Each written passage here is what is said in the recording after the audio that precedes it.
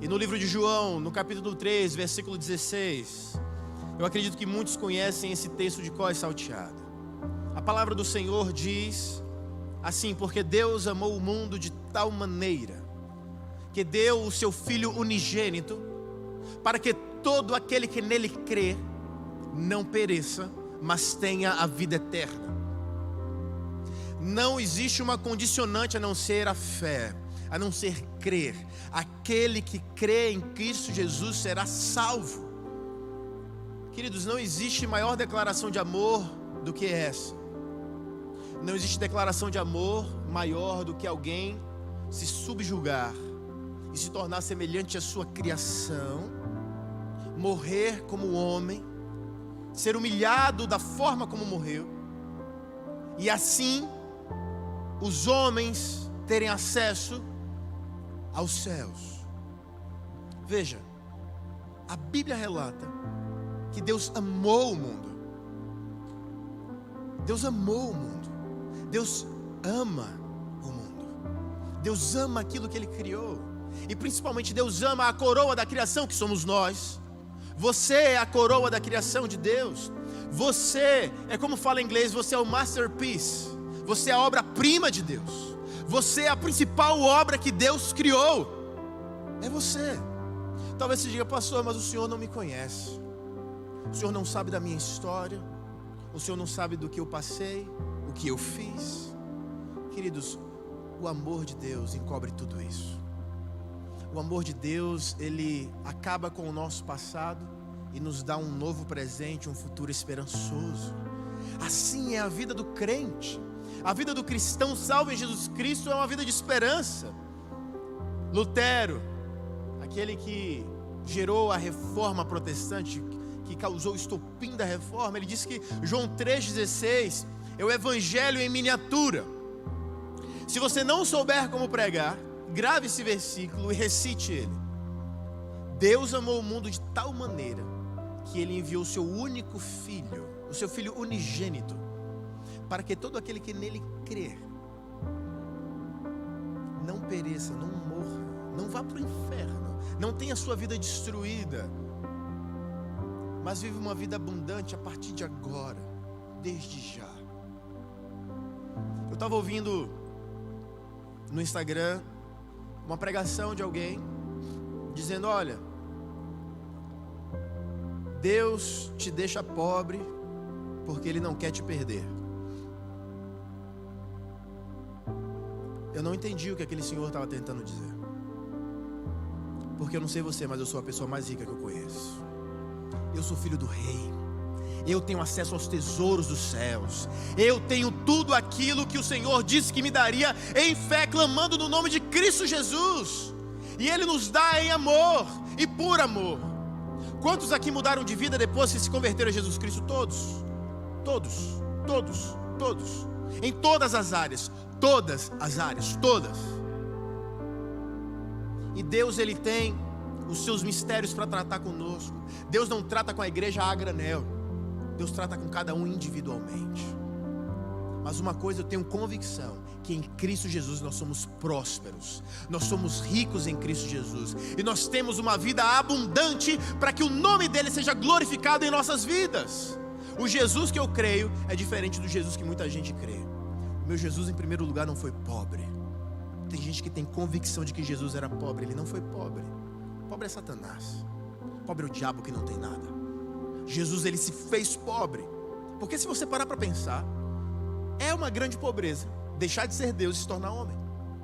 Para pensar a humilhação que é você ser o Deus Todo-Poderoso e de repente você se resume a essa massa que vai sendo destruída dia após dia. Nós estamos numa constante putrefação. Por isso que a gente inventou o perfume. Por isso que a gente toma banho todo dia. A gente não aguenta um dia sem banho. Eu pelo menos não. A gente usa perfume. Tem gente que usa perfume para dormir. Glória a Deus, amém. Do momento que a gente nasce até o momento que a gente morre, a gente está se desgastando. As mulheres usam cremes. Graças a Deus hoje tem plástica de tudo. Deus é maravilhoso. deu essa sabedoria para o homem. A gente, o homem masculino, você não tem muita coragem, né? De mexer na cara, mexer em nada. Também não vai para academia também às vezes, é difícil. Ainda mais com esse frio que está fazendo. Que eu espero que permaneça os próximos 3 meses, em nome de Jesus. Amém. A igreja gosta do frio, aleluia. Porque a gente tem muito fogo do Espírito Santo dentro da gente, então o frio pode torar aí, pode cair para 0, a gente não está nem aí. Amém? Porque a gente só tem esses 3 meses, o resto é verão. Como o pastor Lucinho dizia, aqui só tem 2 estações, verão e inverno. O inverno passa longe. É interessante João 3,16, porque fala que Jesus, ele não foi emprestado. Jesus não foi emprestado. Jesus não foi vendido. Jesus não foi alugado por 33 anos. Jesus foi dado. Jesus nos pertence porque nós pertencemos a Ele. Deus deu o seu Filho, Ele deu. E Deus não é aquele tipo de pessoa que dá as coisas e fica cuidando. O que é que você vai fazer com o que eu estou dando? Sabe esse tipo de gente? Que dá e depois fica, e aí, o que é que você vai fazer com o que eu te dei? Sabe esse tipo de gente assim? Jesus deu o que Ele tinha de mais importante, e Ele deixou que tudo acontecesse conforme já tinha sido planejado. E Jesus usou a morte da cruz. Deus usou a morte da cruz para que o nome dEle fosse glorificado em Cristo Jesus, e nós pudéssemos ter vida e vida em abundância. E este é um amor que muitas vezes nós não compreendemos. Muitas vezes queremos viver num nível de religiosidade, um nível bem baixo, e não conseguimos desfrutar do nível do amor, que é um nível altíssimo. O nível do amor que Deus tem por nós é muito alto, e o preço que esse amor pagou foi altíssimo, custou a vida do nosso Senhor. Queridos, aquilo que nós temos com Deus não é uma troca, é impossível. Por favor, entenda isso. Não tem como ser um relacionamento de troca, porque a gente não tem nada para dar em troca. Nada. Não tem como um ser humano barganhar com Deus, porque não tem nada que o ser humano tenha que ele consiga dar a Deus em troca de algo. Nada. A única coisa que o ser humano tem que Deus quer é o coração. Se você tem algo para entregar para Deus, entregue o teu coração, entregue a tua vida, se entregue por inteiro, porque não há nada que nós possamos produzir que Deus queira, a não ser louvores e adoração e exaltação do seu santo nome. Nada a não ser isso. Queridos, nós temos que sair do nível da religiosidade, entrarmos no nível do amor, o amor perfeito, que lança fora todo medo, que aniquila toda dor, que altera tudo aquilo que existia antes das nossas vidas e coloca em nós a eternidade. Nós precisamos viver esse amor maravilhoso. É o amor de Deus, o amor que cobre pecados. E talvez você diga, pastor, mas só fala esse versículo sobre amor. Não, são vários, são dezenas. E olha o que fala em Romanos no capítulo 5, versículo 8. Romanos no capítulo 5, versículo 8 diz assim: mas Deus prova o seu amor. Olha, Ele não precisava provar nada. Deus não precisa te provar nada. Deus não precisa me provar nada, porque Ele é Deus. Só por isso. Mas Romanos fala, o apóstolo Paulo escreve dizendo: mas Deus prova o seu amor para conosco, em que Cristo morreu por nós, sendo nós ainda pecadores. Queridos, isso mexe um pouco com a nossa mente. É possível que alguém diga, olha, mas por que morrer por alguém que não vale nada? E aí está a matemática de Deus que não faz sentido nenhum para a gente. Porque morrendo por alguém que não vale nada, dessa forma teremos valor. Assim o valor nos é agregado. Porque se não valíamos nada, o sangue de Cristo é tão precioso que nos cobre, nos limpa do pecado e nos faz ser chamados de filhos de Deus. Filhos de Deus. Nós não somos funcionários, nós não somos colegas, nós somos filhos. Quantos pais nós temos aqui? O que é que você faz pelo teu filho? Tudo. Tudo. Por meus filhos eu mato e morro. Eu mato e morro pelos meus filhos. E Deus fez a mesma coisa. O único filho que Ele tinha foi morto, para que nós tivéssemos vida em abundância. O amor de Deus é algo que só pode ser compreendido através do Espírito Santo dentro de nós. Você não consegue expressar em palavras a grandiosidade que é o amor que Deus tem por nós. A Bíblia fala que Jesus, Ele nos amou até o fim. Em João, no capítulo 13, versículo 1 diz: ora, antes da festa da Páscoa, sabendo Jesus que já era chegada a sua hora de passar deste mundo para o Pai, como havia amado os seus que estavam no mundo, amou-os até o fim. Até o fim. Em nenhum momento nós vemos sombra de egoísmo em Cristo Jesus. Muito pelo contrário, Ele enfrentou a maior humilhação daquele tempo. Eu não sei qual seria a maior humilhação do nosso tempo, e talvez cada um tenha uma opinião diferente sobre o que é uma grande humilhação, mas Jesus passou por todas essas que você está pensando agora. Jesus passou, para que você não fosse humilhado, sendo depositado no inferno, e passasse lá a eternidade, desconectado, longe da glória e do poder de Deus. Ele nos amou até o fim. Foi na cruz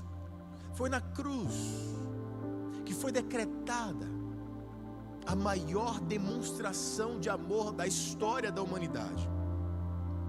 Ontem foi dia dos namorados, e o ser humano, ele é tão bobinho que a gente se emociona com palavras. Você escreve uma coisa bonitinha, oh meu Deus, que lindo. Você dá um presente, ai que lindo. Leva para jantar, dá flores, a gente se emociona. Mas a única coisa que moveria o coração de Deus seria o sangue derramado, vertido na cruz. Aquilo sim foi uma declaração de amor. Eu te amo tanto que eu não vou deixar que você morra, eu vou morrer no seu lugar.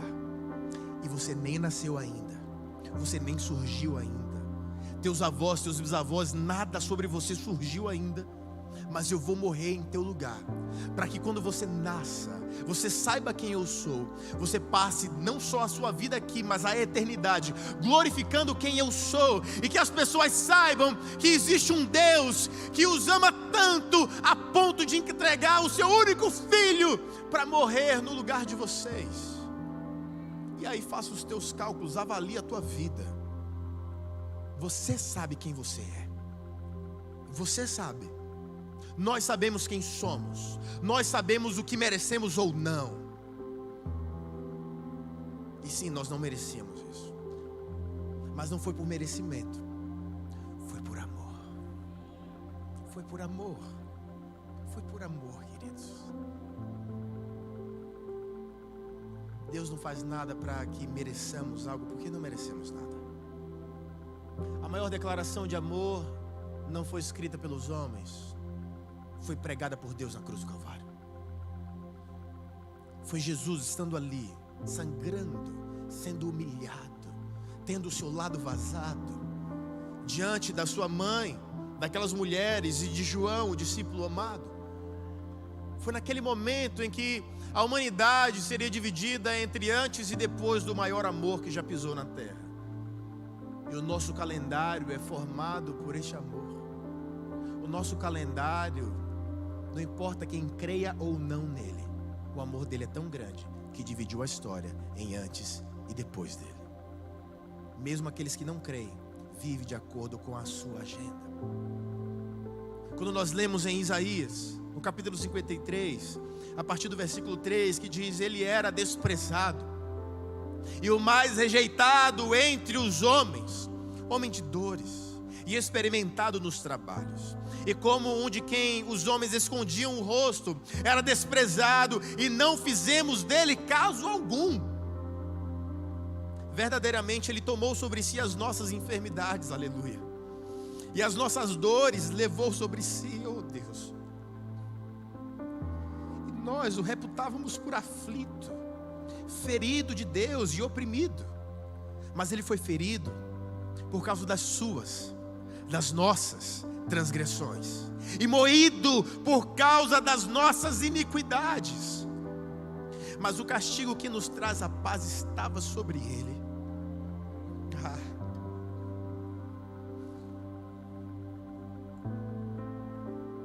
aquilo que nos traz paz hoje. Sabe aquela paz que excede o entendimento? Aquela paz que você não sabe nem de onde vem, mas que invade a nossa vida. Foi porque um castigo foi feito sobre alguém que não merecia. E pelas suas pisaduras nós fomos sarados. Nós somos sarados nele. Queridos, nós não sabíamos como amar antes dele. Nenhum de nós sabe amar se não for com o amor de Cristo Jesus. Nós podemos ter algo semelhante ao amor. Nós podemos ter algo que se assemelha a isso. Mas ninguém jamais conseguirá amar da forma como Ele nos amou, se nós não o aceitarmos em nossas vidas. Apenas quem é nascido de novo consegue amar e servir como Ele fez. Jesus teve uma conversa com um homem chamado Nicodemos. Está em João no capítulo 3, os versículos 3 a 6, que Jesus respondeu e disse-lhe: na verdade te digo, que aquele que não nascer de novo... Quantos nascidos de novo nós temos aqui essa noite? Amém. Aquele que não nascer de novo não pode ver o reino de Deus. Disse-lhe Nicodemos: como pode um homem nascer de novo, sendo velho? Pode, porventura, tornar a entrar no ventre de sua mãe e nascer? Jesus respondeu: na verdade te digo, que aquele que não nascer da água e do Espírito não pode entrar no reino de Deus. O que é nascido da carne é carne, mas o que é nascido do Espírito é Espírito. E nós amamos com o Espírito, porque da nossa carne pouco se aproveita. A nossa carne, todos os dias nós lutamos contra ela. É uma batalha diária contra a nossa carne. Mas o nosso Espírito em Cristo Jesus, ele é vivificado. E através deste Senhor, nós conseguimos amar e servir verdadeiramente como o nosso Senhor nos ama e nos serve até o dia de hoje. Nós devemos amar como nosso Jesus nos ama. Nós devemos servir como nosso Senhor nos serviu. Ninguém vai superar a Cristo na arte de amar e servir. Ninguém. Nenhum de nós pode se orgulhar, se ufanar e dizer: eu sirvo tanto essa igreja. Ninguém serve mais essa igreja do que eu. Cristo serve mais essa igreja do que qualquer pessoa.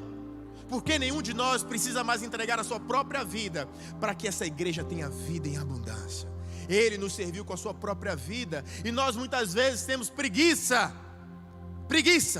de servir poucas horas das nossas vidas, que são tantas.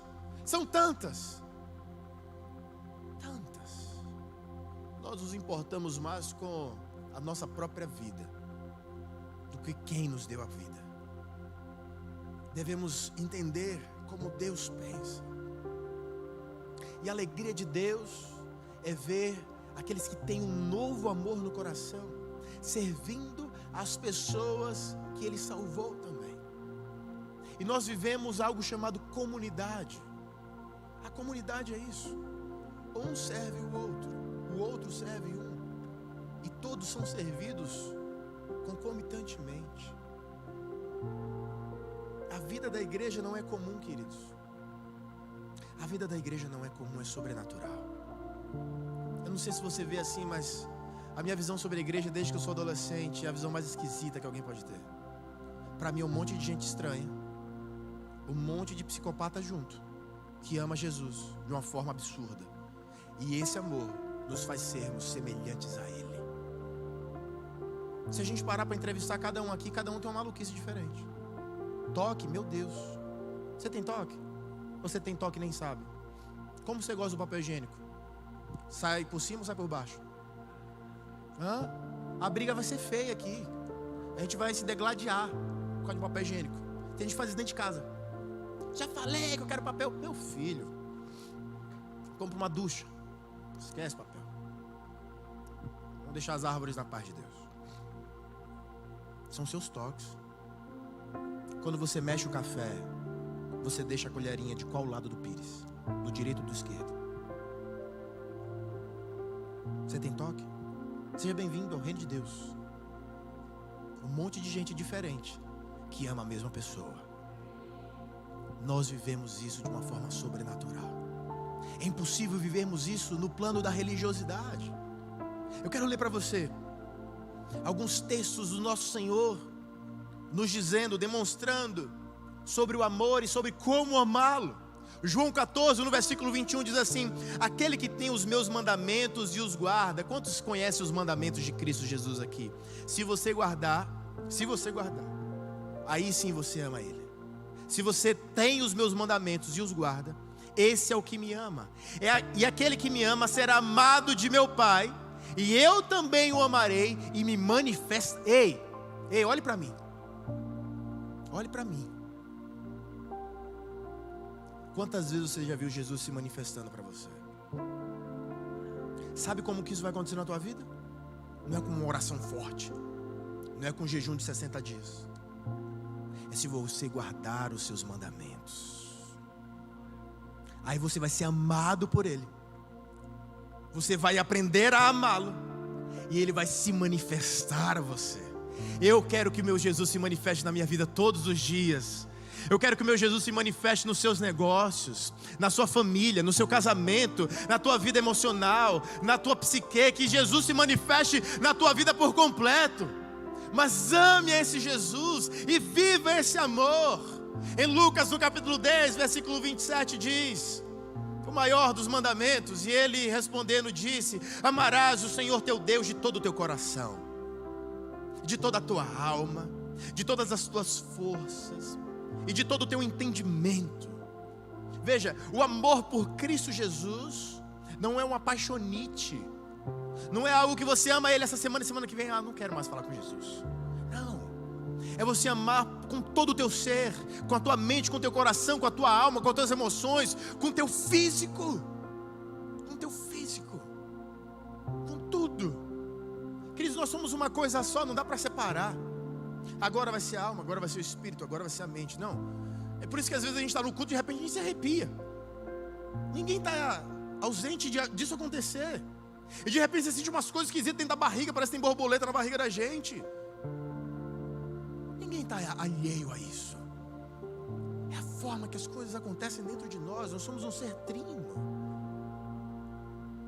E Jesus Cristo nos ensina que quem o ama também o serve. E quem o serve acaba servindo aqueles que Ele ama.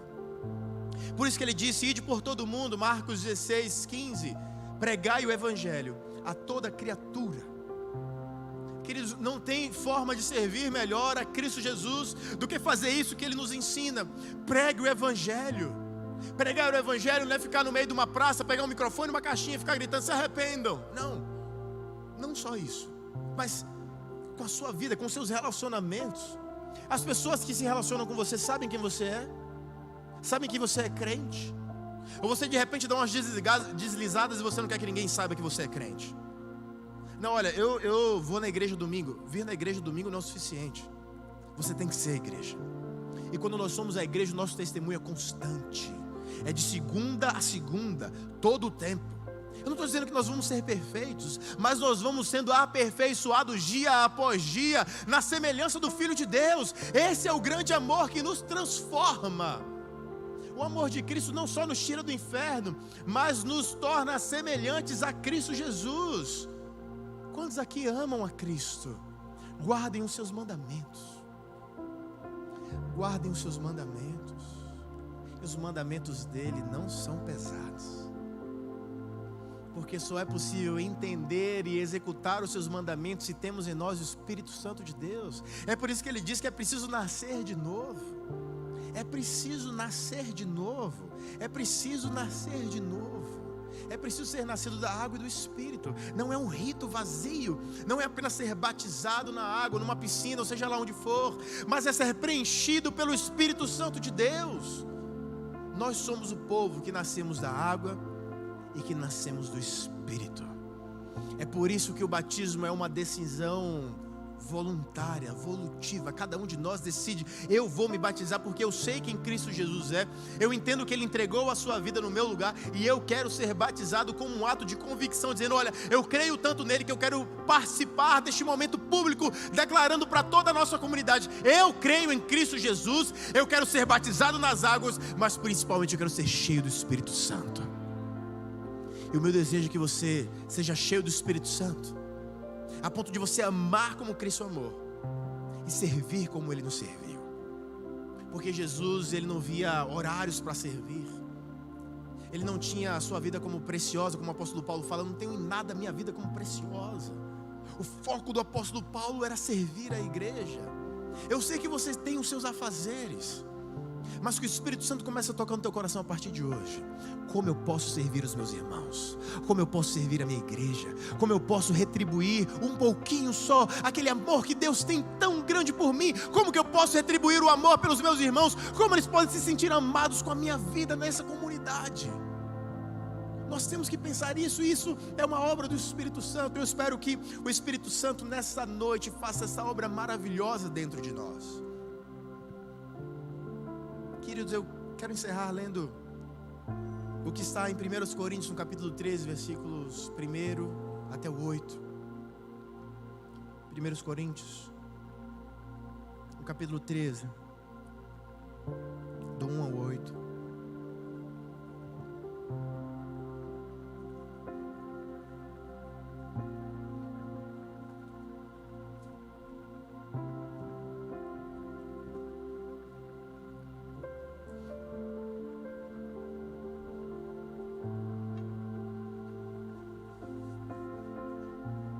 A cultura do reino é diferente de qualquer cultura.